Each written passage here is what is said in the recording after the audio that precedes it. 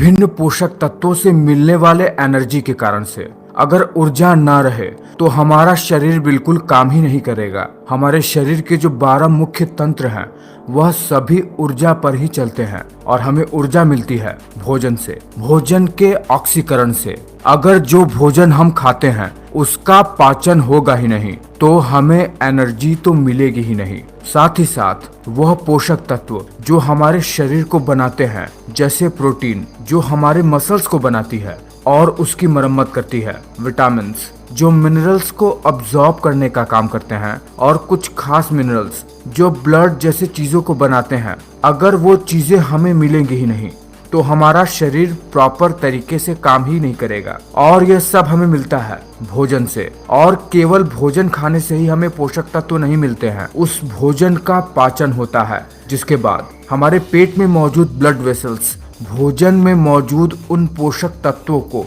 अवशोषित कर शरीर के विभिन्न भागों में पहुंचा देते हैं, तभी हमें पोषक तत्व मिलते हैं। तो अगर अब तक आप यह बात जानते ही नहीं हैं कि भोजन पचता कैसे है, आखिर जो खाना हम खाते हैं वो पचता कैसे है, तो अब तक आपका जीवन एक मामले में अधूरा ही है, क्योंकि यह बात आपको पता ही नहीं है कि आपका शरीर चल कैसे रहा है, आखिर शरीर में ऊर्जा का संचरण होता कैसे है। तो बिना समय गवाए, बिना फालतू की बात किए हुए आपको तुरंत बताते हैं कि हमारे शरीर में भोजन पचता कैसे है। जैसे ही जब हम अपने फूड को मुंह में डालते हैं, हमारे खाने में हमारा सलाइवा मिल जाता है और दांत भोजन को कई सारे छोटे छोटे टुकड़ों में तोड़ने का काम करता है। यह सबसे महत्वपूर्ण काम होता है, क्योंकि खाना पचने के लिए यह जरूरी होता है कि भोजन को जितना हो सके उतने छोटे छोटे टुकड़ों में तोड़ दिया जाए। फिर इन टुकड़ों के ऊपर हमारे मुंह में ही मौजूद, जिसे कहते हैं बकल कैविटी, उसके अंदर ही दांतों और जीभ के बीच में सैलिवरी ग्लैंड पाई जाती है, जिससे सलाइवा निकलता है। यह सलाइवा भोजन के साथ मिलकर भोजन को बहुत ही ज्यादा मुलायम बना देता है। सलाइवा में ऐसे केमिकल मिले होते हैं जो फूड को ब्रेक डाउन करते हैं। उसके बाद जैसे ही यह भोजन हमारे जीभ पर आता है, हमारे जीभ में मौजूद टेस्ट बर्ड्स इसके स्वाद को हमारे ब्रेन तक पहुंचाते हैं। उसके बाद ही ये स्मूथ फूड जो कि सलाइवा की वजह से हुआ है, वो भोजन की नली से होते हुए, जिसे इसोफेगस कहते हैं, एक बैग लाइक स्ट्रक्चर जो कि स्टमक होता है, वहां पर जाता है। और जैसे ही भोजन स्टमक में जाता है, वहां से शुरू होता है भोजन का असली पाचन। पर खास बात यह है कि जब हमारा भोजन हमारे भोजन नली से हमारे पेट की तरफ जाता है, तब यह एक खास प्रकार के मूवमेंट, जिसे पेरिस्टालसिस कहते हैं, उस मूवमेंट के तहत हमारे पेट में जाता है, जिसमें होता यह है कि नली अपने आप को सिकोड़ती है और फैलाती है, जिसकी वजह से फूड आसानी से पेट की तरफ चला जाता है। जैसे ही भोजन स्टमक में पहुंचता है, स्टमक इस फूड को अपने इनर लाइनिंग से निकलने वाले gastric digestive juice, hydrochloric acid और म्यूकस के साथ बिल्कुल मथ देता है, यानी मिला देता है, जिसमें से मुख्यतः एंजाइम फूड में से प्रोटीन को अलग कर देते हैं। वही हाइड्रोक्लोरिक एसिड भोजन को बहुत ही छोटे छोटे टुकड़ों में बांट देता है। वही म्यूकस एक चिपचिपा पदार्थ जो कि हमारे स्टमक से ही निकलता है और फूड में जाके मिल जाता है, वो हमारे स्टमक के दीवार को स्टमक से ही निकलने वाले एसिड से बचाता है, ताकि स्टमक की दीवार डैमेज ना हो।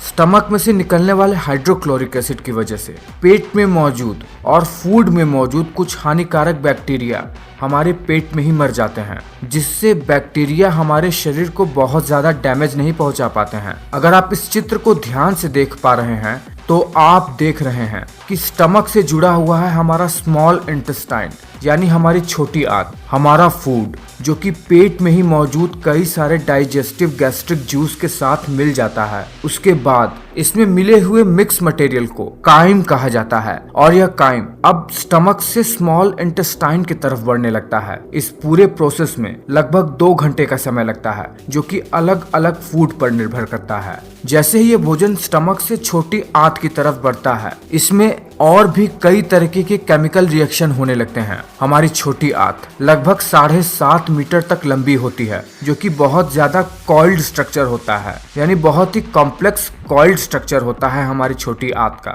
छोटी आंत भी 3 भागों में बटा रहता है। सबसे ऊपर का भाग जिसे कहते हैं डुओडेनम, उसके बाद स्मॉल इंटेस्टाइन का दूसरा भाग आता है जिसे कहते हैं जेजुनम, फिर आता है स्मॉल इंटेस्टाइन का सबसे आखिरी पार्ट इलियम। जब फूड स्टमक से स्मॉल इंटेस्टाइन में आता है तो वो सबसे पहले डुओडेनम में आता है, जो कि सबसे इम्पोर्टेंट पार्ट होता है छोटी आंत का। इसमें लीवर से आया हुआ बाइल जूस और पैनक्रियास से आए हुए पैनक्रियाटिक जूस फूड के साथ मिल जाते हैं। लीवर से आया हुआ बाइल जूस जो कि स्टमक से आए हुए भोजन के साथ मिल जाता है, उसके वजह से भोजन में मौजूद फैट्स अपने छोटे छोटे फैटी एसिड के स्वरूप में बदल जाते हैं, जिसकी वजह से इनका अब्जॉर्प्शन शरीर में आसान हो जाता है। वही पैनक्रियास से निकलने वाले पैनक्रियाटिक जूस की वजह से कार्बोहाइड्रेट, शुगर और ग्लूकोज में टूट जाते हैं, वही प्रोटीन अमीनो एसिड में टूट जाते हैं। अब जब इन जूस की मदद से भोजन में पाए जाने वाले महत्वपूर्ण पोषक तत्व अपने छोटे छोटे स्वरूप में आ जाते हैं, तो इसके कारण से छोटी आंत से यह ब्लड स्ट्रीम में अब्सॉर्ब होने के लिए तैयार हो जाते हैं। छोटी आंत के दूसरे हिस्से जेजुनम में पहुंचते ही छोटी आंत के दीवार पर मौजूद छोटी छोटी फिंगर लाइक स्ट्रक्चर जिसे विलीज कहते हैं, उनमें मौजूद छोटी छोटी ब्लड कैपिलरी में इन पोषक तत्वों का अब्जॉर्प्शन शुरू हो जाता है और यह प्रोटीन, कार्बोहाइड्रेट और फैट जैसे चीजें अब ब्लड वेसल में जाकर पूरे शरीर के विभिन्न अंगों में और शरीर के बाकी के अंगों में पहुंचने लगते हैं। धीरे धीरे इनका पाचन होते ही ये भोजन छोटी आंत के तीसरे हिस्से इलियम में पहुंच जाते हैं, जहां पर इन भोजन में मौजूद मिनरल्स का भी अब्जॉर्प्शन शुरू हो जाता है, जहां से हड्डियों वाले और खून जैसे चीजों को बनाने वाले खनिज तत्व शरीर के विभिन्न भागों में पहुंच जाते हैं। इतना सब होने के बाद भोजन छोटी आंत से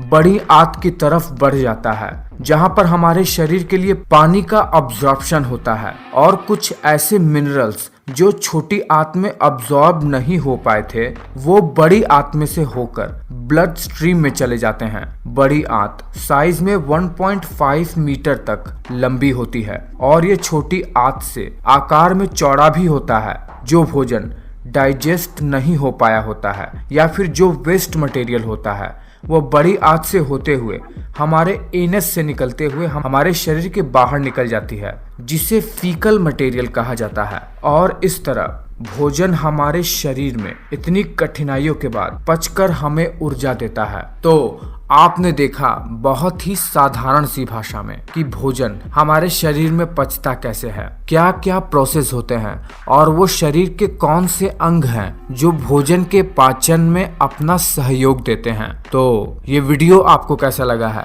आपको ये जानकारी कैसी लगी है? अगर ये बात आप पहले से ही जानते हैं और आपको इसके बारे में और भी ज्यादा कुछ पता है तो ये बात मुझे नीचे कमेंट करके जरूर बताइएगा।